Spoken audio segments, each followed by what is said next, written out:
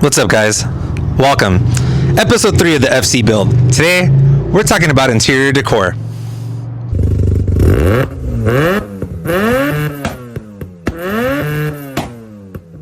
So, if you're new to the channel, welcome. And if you're already subscribed, welcome back. Today, we're talking about the interior of my car. Now, over the years, I've kind of just bought things for the interior of the FC that are to my personal taste. And I wanted to share that with you. So, first and foremost, I want to talk about the big thing inside the car, which is the roll bar, an auto power roll bar. Now, this one works for both the SA22, FBs, and FCs, and I happened to buy it for $200. Funny story about this, I was actually at Shoeworks getting an alignment, and somebody who had just gone before me came up to me and said, "Dude, I love your RX7, do you need any parts?" And me being stubborn, "Nah, I'm good." He's like, "Well, just shoot me a text, bro, let me show you what I got." And I was like, whatever. Rob from Trueworks is like, hit him up. And I hit him up, and he's like, "Dude, I got an auto power roll bar, brand new in bag." And I was like, "Well, which one?" He's like, "It's a 4-point. And my stupid ass thinking 4.1, 2, 3, 4 was not the one that I wanted. I wanted the one with the cross sections.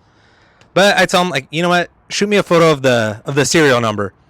And to my luck, I checked it on Auto Power's website, and it was the roll bar that I wanted. So I told the guy, how much do you want for it? He's like, "Dude, make me an offer." And at the time, genuinely, I only had $200. So I told him, like, "Look, I have $200, but you could probably get more for it." He's like, "Dude, $200, come take it." And that's how I got a $1,000 roll bar for $200. And that was a pretty big come up. That's one of the big pieces of the interior of the FC. Other items I wanted to share with you guys is my RE-Amemiya horn button, which Caleb gifted to me. I had been searching for that red horn button for the longest, and unfortunately, we only found it for a Momo. If you're not aware, Momo and Nardi Personal are two different horn buttons. So we got the little badge, and we moved it over, the little coin. We also have the RE-Amemiya shift knob, which I purchased at RE-Amemiya in Chiba when I went in 2019. And then we also have something that, let's be honest, we've all been on the internet, where, for example, Right Hand Drive Japan, and you're just scrolling through companies that you read through in HyperRes magazines. And of course, I came across the Feed B-pillar bar. Now, let's talk about that B-pillar bar. Does it make a difference? I don't know.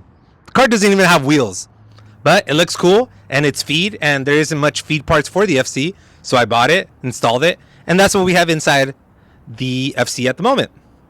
Let's see. Other items I wanted to bring to your attention. Now, if you're new to FCs, let me put you on some game. Never look at the A-pillars, because they will break.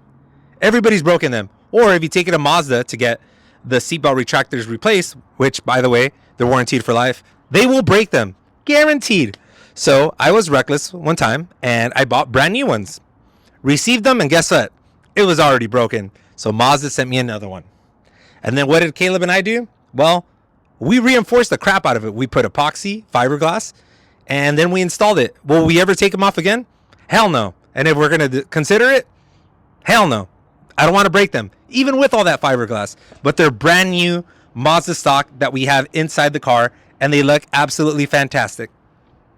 Other items to note. You might notice my dash is pretty pristine, but is it a coupe dash? No. It's actually off a vert. And if you kind of look through what we're showing you right now, there's no cluster. Why is that? Well, we're not running a stock Mazda cluster, not a NA cluster or a Turbo 2 cluster. We're going to be upgrading to a digital cluster, a Haltech one, and that's later on down the line when we get the car wired up and so forth.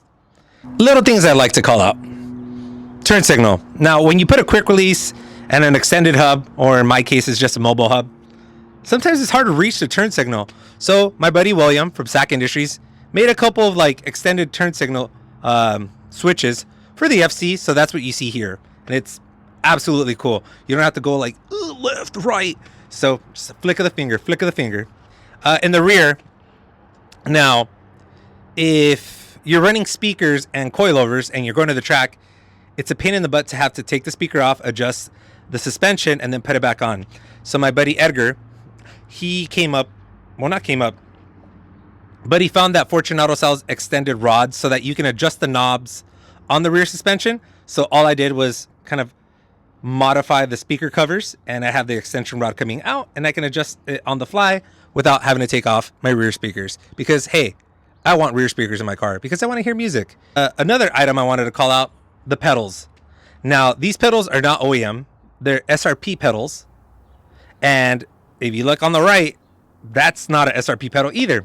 That's an RX8 pedal. The reason for that is I'm running a JDL RX8 to FC adapter because we're going to be running drive-by-wire on the motor. We're not going with cable-driven throttle. Drive-by-wire, it's easier to tune. So that's kind of the premise behind that pedal right there. Will I change the pedal cover at some point? Maybe, but that's if I really just get bored and I need something to do. Next interior decor item I wanted to share with y'all is this Works Bell quick release. Now, this is in combination with my Momo hub. I never had an issue with the NRG one that I ran before, but Caleb had a Works Bell, and then I wanted a Works Bell. So boys, make sure your bad influences on your friends, financially, to an extent. Not where they're asking for money, but where they're buying cool parts. Next pieces of interior decor that I want to share are these bad boys right here. These are Bread Zieg 4 wide seats. Wide? Why? I'm not a small Japanese man. I'm like a 36, 38 waist. I'm like 230 pounds, not kilos.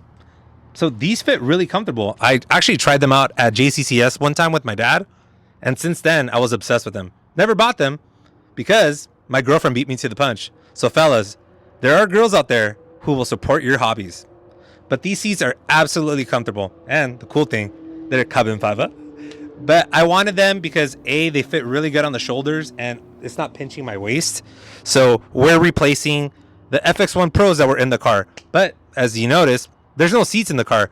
Those Corbo FX1 Pros, though really good to me and really comfortable, I had to put them in the 8.6, which gave way to these bad boys. But with any bucket seat, the challenges are mounting them inside the car.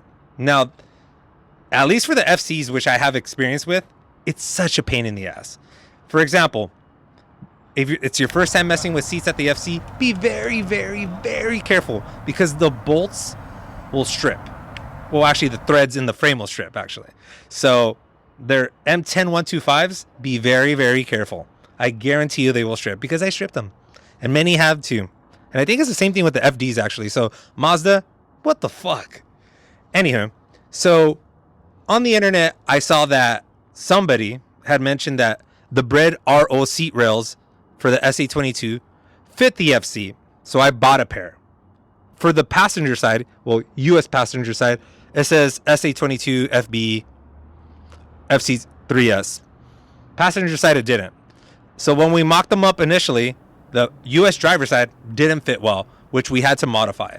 And then for the passenger side, even if it was for the FC, it didn't fit well. I had to cut the carpet, and then I also had to modify that. We had to bore out the holes a little bit, but it's one of the issues with the FC in particular. Seat brackets, though there isn't an abundance of, they're a pain in the ass. They just fit like shit.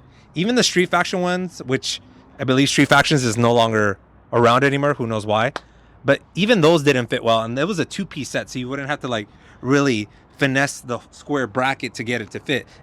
They just never fit well. The reason I wanted the ROs, the Bread RO seat rails, is so I can move the seat forward and back. I'm an older gentleman now, but most importantly, I plan on letting my friends drive the car and experience what I built. So we're not all the same height. I have taller friends, I have short kings out there, so the seat rails to accommodate them. Passenger side, I don't care. I want the feet extended as much as possible. I don't want the passenger in my line of vision when I'm driving. But it's the driver's side that I want to have rails for. But these brackets, though great quality from Bread, they just don't fit well, even with the carpet cut. So we did have to modify it, but overall we got it to work. And that's pretty much it for episode 3 of this FC build series. Interior decor. Just wanted to share with y'all the interior of my car. It's a reflection of my personal tastes. It's the things inside the car that make me happy, make me smile, kind of like make me grin in a good way. But yeah, I appreciate the support. If you're new to the channel, welcome. Please hit that like and subscribe. If you're already subscribed, I appreciate y'all. But we got some more work to do on the FC.